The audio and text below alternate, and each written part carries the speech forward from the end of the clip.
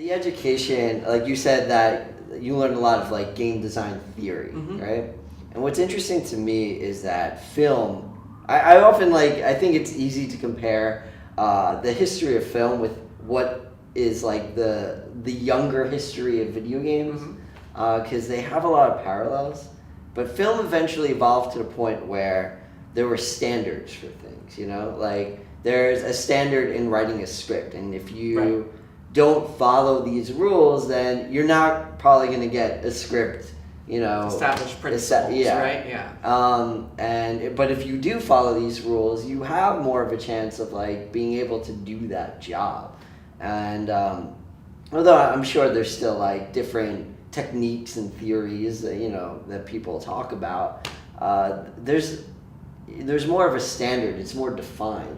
Do you think that the video game industry is going in that direction, or or did you learn any standards? Are there any rules? Yeah. So there definitely are some theories out there right now that people are proposing, and there's a schism between game design as a theory and game design as a technical skill and craft. Right, and they tend to overlap and clash in a lot of different points. So it's like for every rule that some sort of person that went to college for a PhD in like game design and interaction and sociology or whatever, for all those things that they postulate, there's usually a rule there's usually something that can counter, an example of a game specifically that counters that and somehow works. And that's just because games dig so deeply into the sociological and psychological aspects of humanity, and so there's so many branching possibilities. But do they conflict? Oftentimes, yes. Do they work? Absolutely. Like, there are so many game design books out there right now that you can read, and the best way you can learn from them is to just read all different types of them, because you'll read, like, one of the biggest things that people argue over is what is a fun game.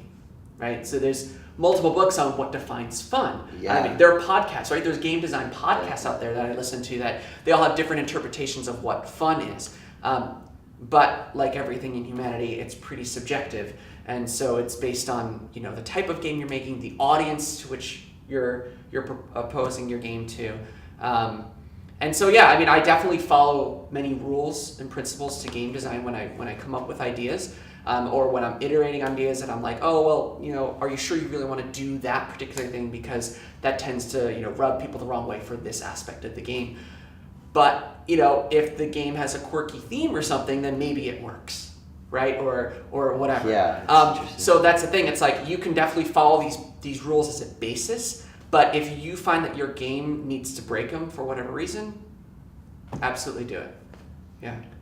Another thing that, something that I've always thought of when thinking about what makes a good game or what makes a game fun, for example, it seems to me very related to music almost. Like, in like a symphony, like there's a lot of like, things slow down and then speed up, and but even music again has rules to it, and that's why I've wondered. Not so much should we try to establish the rules of what makes a good video game, but rather can we discover what makes it good?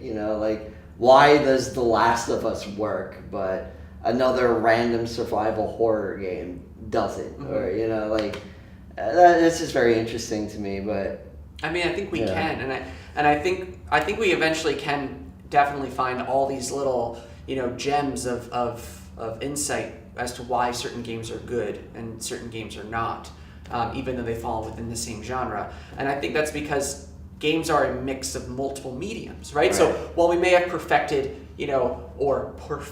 different forms of art, or think we have, for like painting, or 2D illustration, or filmmaking, or music, all of those have their,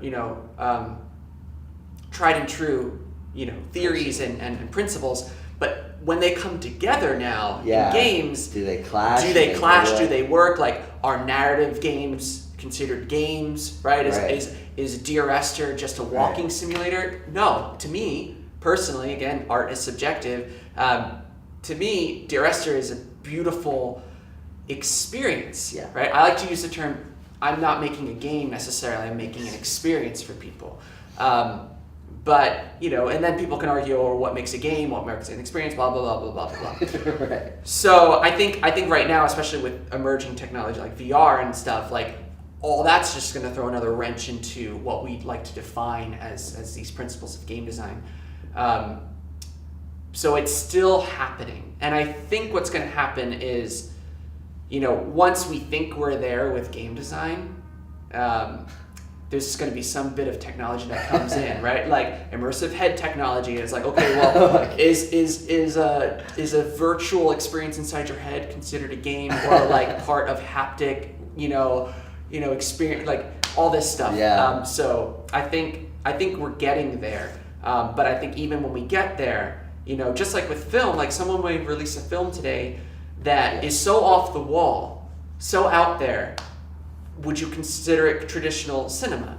Maybe not. Is it conceptual art piece? Maybe not. Maybe 10 years from now, that becomes a whole genre in and of itself. So I think games, because of their level of complexity and the fact that they're pulling from already so many different art forms, it's just going to take a little bit longer to get there. Right. So how do you teach that? How do you teach something that's already... You teach what you think you know so far. Ooh, I like that. And that's just it. It's like exploring an undiscovered content, right? Like you can only teach what we have kind of stumbled upon right. as we've experimented with games.